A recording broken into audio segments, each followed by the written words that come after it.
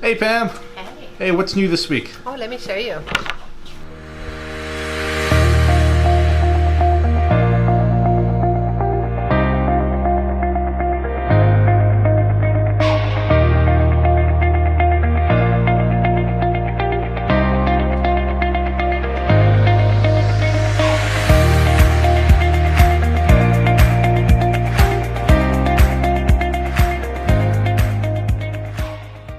Hi, welcome to Wrap It Up Friday.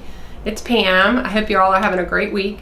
Our census is around 126 patients a day for the month of March, which is good. We wanted to be around 130, so we're kind of in the area. We have just about hired all of our staff. We do have 5 new staff members coming in July. 3 are going to be GNs. If you're interested in being a preceptor, we would love to have you. We've asked a few people, but if you have that passion, we would love to have that. 1 is a TAP nurse, and then we actually have a nurse coming from Kissimmee that'll be starting with us. We have CHF education coming out. CHF is a pathway that we really have to follow closely with our power plans. So it's important when you have a patient that has CHF that you give them Lasix, which we're also educating the physicians on, and that you monitor their I&O. And monitoring I&O means you measure the urine and you put it in iNet so that we can follow up and make sure the patient is diuresing. Has to be 600 mLs out for the patient to be discharged. The patient will probably be on nitro drip and also BiPAP, depending on how severe the patient is. It is important that we help our CHF patients diurese and breathe and their heart rate go better. So you'll see more education about that very soon. DNV sweeps. So we call it DNV sweeps, but it really is our department. After we walked through it yesterday and today, tons of clutter. We have IV catheters sitting on counters. We have syringes sitting on counters. We have sunglasses sitting on random desktops throughout the stations. We have cups not at drink stations. We have food that should not be out at all. We have a nice break room and we all get breaks.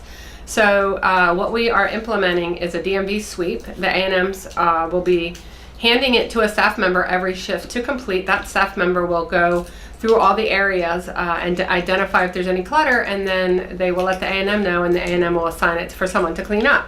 So the A&Ms will not be the ones cleaning it up, it'll be you. So we all need to be responsible for keeping the area nice and clean. We have the supplies we need in the supply room and in the IV carts in every room. We don't need to have buckets of syringes sitting on counters. We don't need stuff sitting on counters, cups everywhere. We really need to take pride in our new building and keep it clean.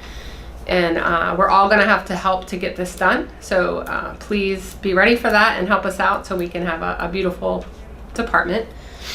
For IVs, so we've identified that we are using a lot of ultrasound IVs here, and oftentimes when the nurse asks for someone to do, for an A&M to do the IV ultrasound, the nurse hasn't attempted. We understand there are a few patients that we do have to do IV ultrasounds on a normal basis, but not everyone should have to have that. We are going to be implementing that you need to at least attempt once or twice on the patient and have it documented that you tried before asking for help on some patients. Like I said, I know there are exceptions, but the A&Ms on the IV super users are going to be questioning you if you did attempt again. We are going to be switching our IV catheters next month to B-Braun.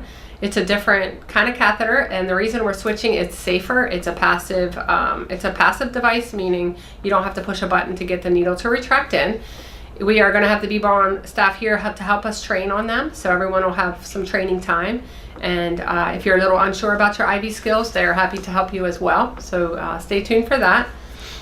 EMS is, Apopka EMS is when they come in is bringing blood on certain types of patients like chest pain. So when you have a patient that's brought in by Apopka EMS and they bring blood, please give a sticker to the A&M because we are tracking that to do a little Q&A on how that's going, and Apopka wants some feedback as well.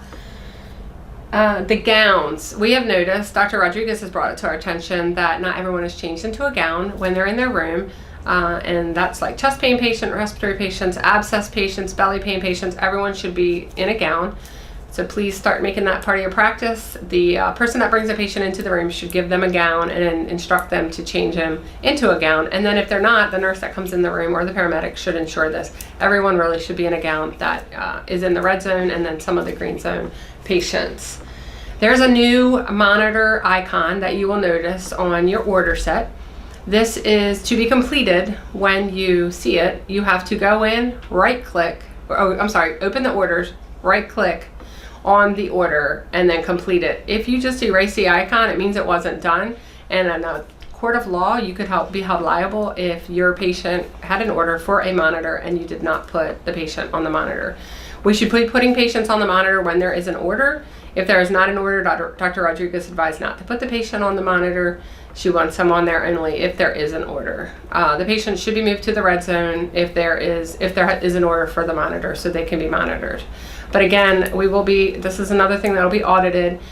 For your own safety with your license, you should complete the order and not erase the icon, because in a court of law, you will be held liable. Next week is lab week, so make sure you thank our lab assistants and lab directors, and everybody have a good week.